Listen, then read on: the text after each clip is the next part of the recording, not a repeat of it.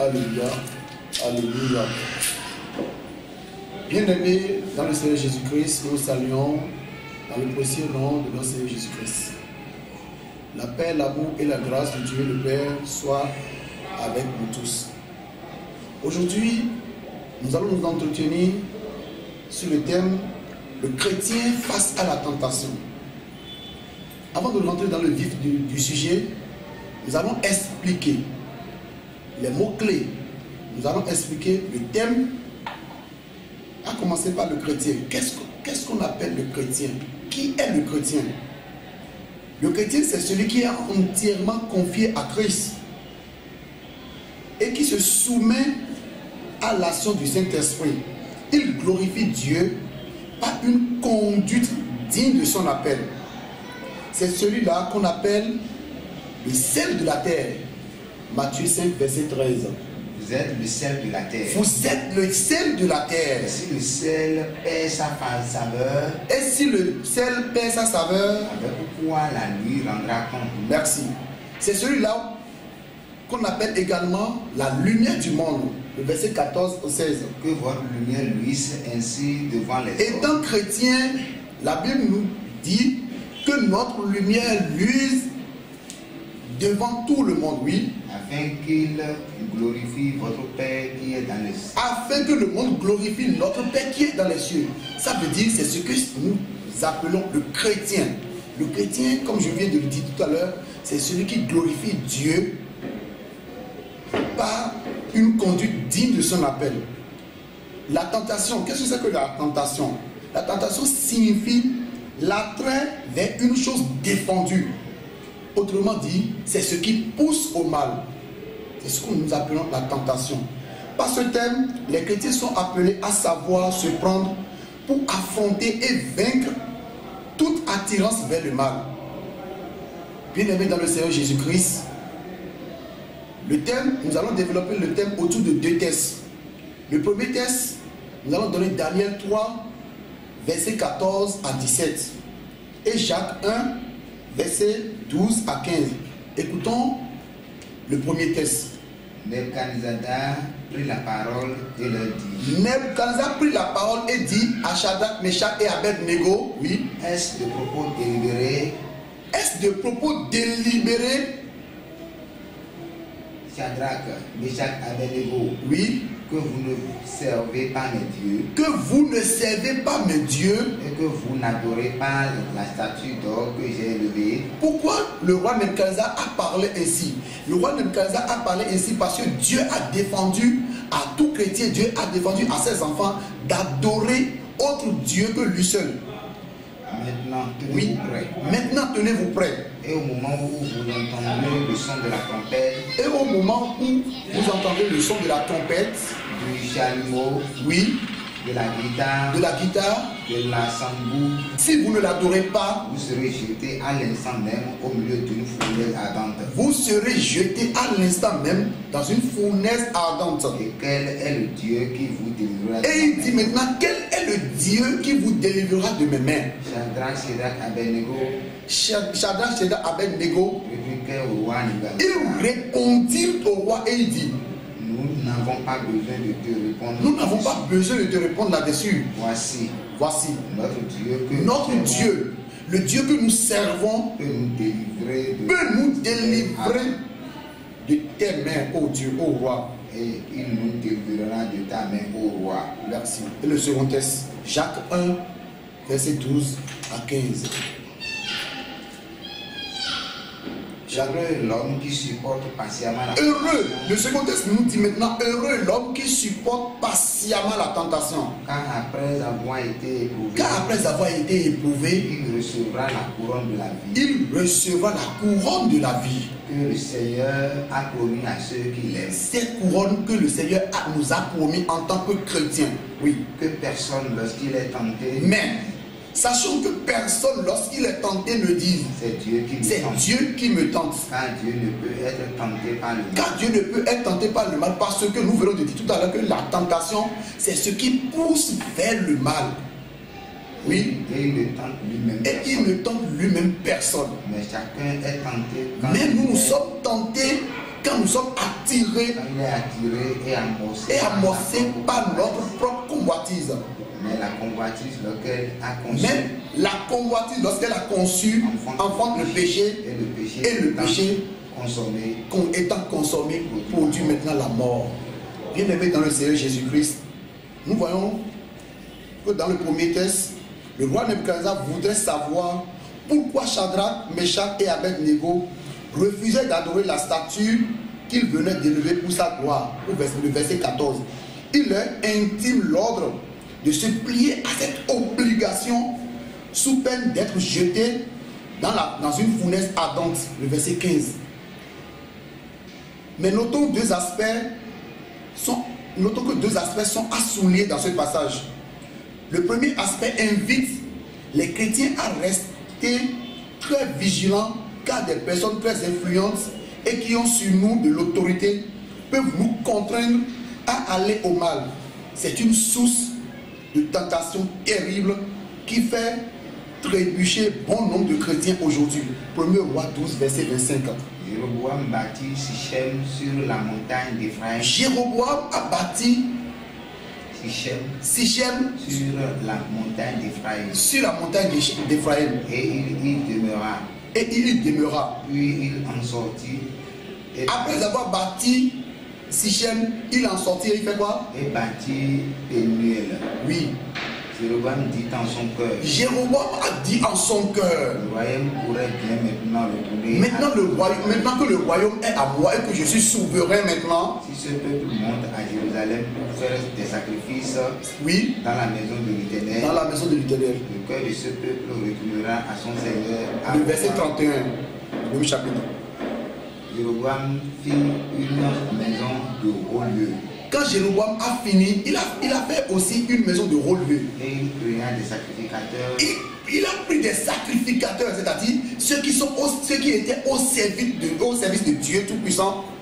Puis parmi tout le peuple. Oui. Et n'appartenant point au fils de Dieu. Et leur a dit de venir adorer ce que lui a fait. Il établit une bête de 8e mois. Merci. 1er Roi 13, 33 à 34. Après cet événement, Jéroboam ne se détourna point de sa nouvelle voie. Il y a de nouveau des prêtres. Étant roi, étant souverain, il s'est détourné de la voie de Dieu et il s'est mis sur une autre voie. Il a commencé par adorer un autre Dieu. Maintenant, en adorant un autre Dieu, il a intimé l'ordre aux sacrificateurs de Dieu de venir maintenant aussi faire le sacrifice à ces dieux aussi. Le second aspect montre aux chrétiens qu'ils ne doivent en aucun cas faire preuve de lâcheté face aux décisions les plus désastreuses qui semblent les emporter. C'est dire que le courage est un atout et un critère qui détermine notre foi. Ces hommes, par leur foi, nous convient à faire preuve de hardiesse spirituelle dans les situations les plus calamiteuses. Acte 4, verset 13 à 20. Acte 4, verset 13 à 20. Acte 4, verset 13 à 20. Lorsqu'ils virent l'assurance de Pierre et Jean, lorsque ces sacrificateurs, lorsque ces docteurs de la loi virent l'assurance de Jean et de Pierre,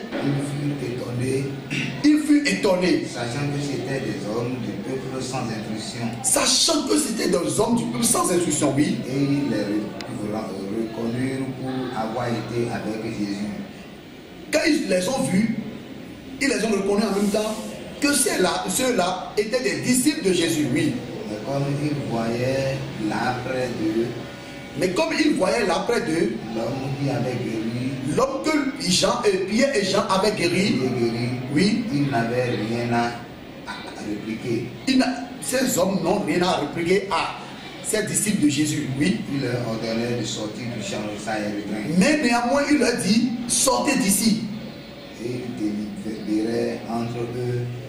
Quand Pierre et Jean étaient sortis, ils étaient entre eux et ils délibéraient maintenant. qu'allons-nous faire? Qu'est-ce qu'il faut faire? Que faisons-nous à ces hommes? Que faisons-nous à ces hommes? Que faisons-nous? Que ferons-nous à Pierre et à Jean? Car il est manifeste que tous les habitants de Jérusalem, qu'un miracle signalé a été accompli par eux. Car tout le monde sait maintenant que ils ont accompli un grand miracle au nom de Jésus. Oui. Et nous ne pouvons pas le nier. Et nous-mêmes, étant ici, nous ne pouvons pas nier ce miracle que Pierre et Jean ont fait. Mais afin que la chose ne se répande. Mais pour les empêcher d'évoluer dans ce sacerdoce, pour les empêcher d'évoluer dans leur mission de chrétien, oui. Parmi le peuple, oui. Défendons-leur avec menace de parler. Maintenant, défendons-les avec menace. Ils ont dit avec menace, comme le roi Nebuchadnezzar avait dit à Shadrach, Meshach et Abednego, si vous n'adorez pas ma statue, je vous mettrai dans une fournaise ardente. Exactement ce qui s'est passé sur Pierre et Jean. Oui. À qui que ce soit, oui. En ce nom-là. Ça veut dire qu'il leur est interdit de parler, de faire des miracles au nom de Jésus-Christ. Et les ayant appelés, quand ils ont fini de délibérer entre eux, ils ont appelé Pierre et Jean maintenant et il leur dit, il leur défendit absolument de parler et d'enseigner au nom de Dieu. Il leur dit, à partir d'aujourd'hui, n'enseignez plus et de ne parlez plus au nom de Jésus. Pierre et Jean leur répondirent. Pierre et Jean leur répondirent. Dieu, s'il est juste devant Dieu. Alléluia. Bien-aimés dans le Seigneur Jésus-Christ. Écoutons la réponse de Pierre et de Jean. Il dit, jugez s'il est bon, oui. S'il est bon, oui. Devant Dieu. S'il est bon devant Dieu, de vous obéir plutôt qu'à Dieu. De vous obéir plutôt qu'à Dieu. Je m'en vais nous demander, nous poser une question. Étant chrétien, quand tu es confronté à ce genre de problème, peux-tu donner la même réponse que Pierre et Jean ont donné? Car oui, nous ne pouvons ne pas parler de ce nom. Car Pierre et Jean ne peuvent ne pas parler de Jésus-Christ. Étant chrétien, tu ne peux ne pas parler, tu ne peux pas te taire sur ce que Jésus-Christ a fait. Bien que tu aies des tribulations et que tu aies des persécutions, oui, que nous avons vu et entendu. Oui. Ils leur firent de nouvelles menaces. Ils leur firent encore de nouvelles menaces. Ils les relâchèrent. Et ils les relâchèrent. Acte 5, versets 25 à 29. Parce que ils adoraient Jésus-Christ. Ils faisaient des miracles. Par le nom de Jésus-Christ, on leur défend maintenant de ne plus appeler ce nom, de ne plus faire de miracles par ce nom, oui. Quelqu'un vient leur dire. Mais ils ont continué. Ils ont continué leur ministère. Et un jour, quelqu'un vient leur dire oui. Voici les hommes que vous avez mis en prison dans le temple. Après avoir fini avec Pierre et Jean, ils les ont mis en prison. Mais quand ils étaient en prison, ils sont sortis encore, ils ont commencé par enseigner. Et quelqu'un est allé leur dire, voici les hommes que vous avez mis en prison. Et ils enseignent le peuple. Voilà, ils sont venus enseigner maintenant le peuple au nom de Jésus. Ils sont venus enseigner la doctrine de Jésus-Christ. Oui. Alors le commandement partit avec les huissiers. En même temps, ils se sont levés et dit, quoi? Ils vont faire quoi? Et ils sont partis vers Pierre et Jean, oui. Et les conduisit sans violence. Car ils avaient peur. Il les conduisit sans violence. Bien-aimé dans le Seigneur Jésus-Christ. Es-tu prêt à être chrétien? Es-tu prêt à affronter la tentation? Parce que quand tu es chrétien, dis-toi qu'il y aura des tentations. Mais après avoir fait preuve de hardiesse spirituelle dans les situations les plus calamiteuses, c'est pour glorifier le nom de Dieu par des exploits. Le second test, qui est Jacques 1, versets 12 à 15, quant à lui, invite le chrétien à supporter patiemment la tentation, afin de recevoir la couronne de vie après avoir été tenté. Il souligne qu'aucune tentation ne vient de Dieu, mais plutôt de la convoitise de chacun qui conduit au péché et qui à son tour produit la mort. De tout ce qui précède, bien-aimé dans le Seigneur Jésus-Christ, il importe que le chrétien comprenne que la lâcheté le disqualifie du royaume de Dieu. Apocalypse 21, verset 8. Mais pour les lâches, les incrédules, les abominables, les meurtriers, les impudiques, les enchanteurs, les idolâtres, tous les meurtres et tous les menteurs. Alléluia. Ça veut dire que le mensonge simplement est un acte à condamner devant Dieu. Oui, et tous les menteurs. Leur passera dans l'étang ardent de feu et de soufre. C'est irrévocable. Ça veut dire que tous ceux-là iront dans la fournaise ardente, dans l'étang de feu. C'est-à-dire, ils ne verront pas Dieu. Ce qui est la seconde mort. Ce qui est la seconde mort. C'est pourquoi le Seigneur Jésus-Christ nous conseille de ne pas craindre l'homme qui ne peut rien faire à l'âme après avoir tué le corps. Luc 12, verset 4. Luc 12, verset 4. Je vous dis, à vous qui êtes mes amis, c'est-à-dire il parlait à ses disciples. Ne craignez pas ceux qui tuent le corps. Ne craignons pas ceux qui tuent le corps. Et qui après cela ne peuvent rien faire de plus. Je vous montrerai qui vous devez craindre. Maintenant, laissez-moi vous dire qui vous devez craindre. Craignez celui qui après avoir tué a le pouvoir de le jeter dans les géhennes. Merci. Bien-aimé dans le Seigneur Jésus-Christ, ta vie de chrétienté, la mission que tu as reçue, nous venons de dire tout à l'heure, le diable va te tenter à renoncer à cette mission. Mais toi, tu dois faire preuve de courage. Tu dois tout faire pour accomplir cette mission. Si le diable a tenté Jésus-Christ, si le diable a tenté vraiment Jésus-Christ, sachons que ce n'est pas nous qui va laisser. Si en est ainsi, que devons-nous faire alors? Qu'est-ce que nous devons faire pour ne pas tomber dans la tentation? Pour ne pas tomber dans la tentation, il faut être en permanence communion avec Dieu par sa parole. Nous devons être en permanence communion avec Dieu par sa parole. Nous devons mener une vie de prière intense. Matthieu 26, verset 41. Veillez et priez. Quand Jésus disait à ses disciples, et ce même verset, Jésus nous parle à travers ce verset, il dit, veillez et priez. Afin que nous ne tombions pas dans la tentation. Nous devons veiller, nous devons prier pour ne pas tomber dans la tentation. L'esprit est bien disposé. Effectivement, l'esprit est bien disposé à faire l'œuvre. Mais la chair étant déjà dans la chair est faible. Il s'éloigna une seconde fois. Merci. Nous devons étouffer en nous toute germe de convoitise. Voilà, parce que c'est la convoitise qui cause la tentation. Donc nous devons étouffer en nous-mêmes là. En tant que chrétiens, nous devons étouffer en nous toute germe de convoitise. 1 Jean 2, verset 13 à 17.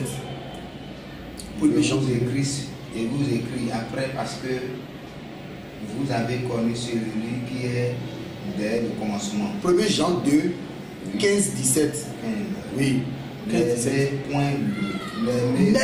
N'aimons pas le monde, ni les choses qui sont dans le monde. Ça veut dire que le monde et ces choses, c'est la convoitise de l'homme. Oui. Si quelqu'un aime le monde, l'amour du Père n'est point en lui. C'est irrévocable. L'amour du Père n'est point en lui.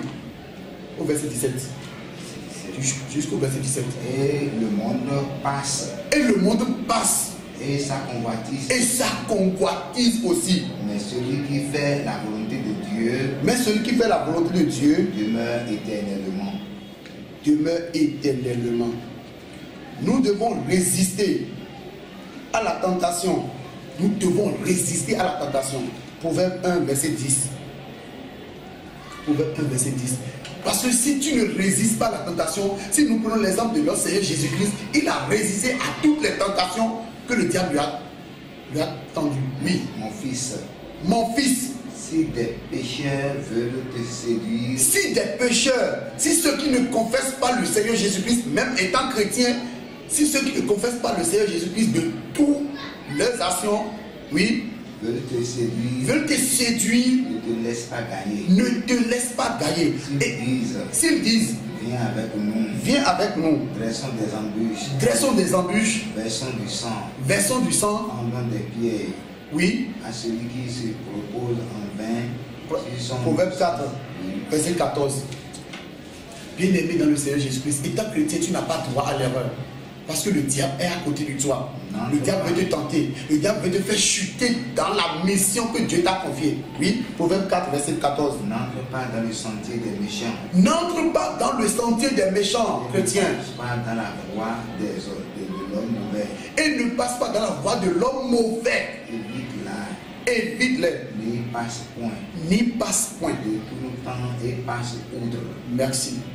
Bien-aimé dans le Seigneur Jésus-Christ, on dit le chrétien face à la tentation. Étant chrétien, tu dois être tenté par le diable.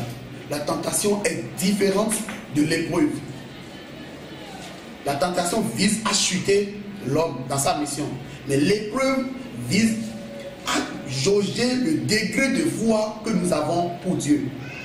Donc, pour conclure tout ce que nous venons de dire, le chrétien se doit de comprendre que Dieu ne tente personne. Les tentations viennent de ses convoitises. Satan le tente afin de l'humilier, d'éteindre sa gloire, d'étouffer ses espoirs. Il faut donc comprendre que la tentation vise l'échec, la faillite ou le naufrage du chrétien. Et si nous ne voulons pas déshonorer notre Créateur, il nous faut rester vigilants pour ne point tomber dans le piège de la tentation. 2 Pierre 3, verset 17-18.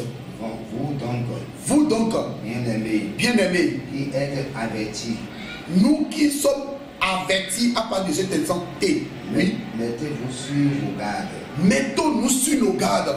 De peur qu'entraînés par l'égarement des impies, Et de peur qu'entraînés par l'égarement des impies, vous ne veniez à déchoir à votre fermeté. Nous ne venions à déchoir à notre fermeté. Croissez dans la grâce. Mais nous devons croire dans la grâce. Et dans la connaissance de notre Seigneur Jésus-Christ. Nous devons croire dans la connaissance de notre Seigneur Jésus-Christ. À lui soit la gloire. À lui soit la gloire. Bien-aimé dans le Seigneur Jésus-Christ. Ainsi aborder un peu notre enseignement sur le thème le chrétien face à la tentation. Que le Dieu de Papa Chauffard bénisse sa parole.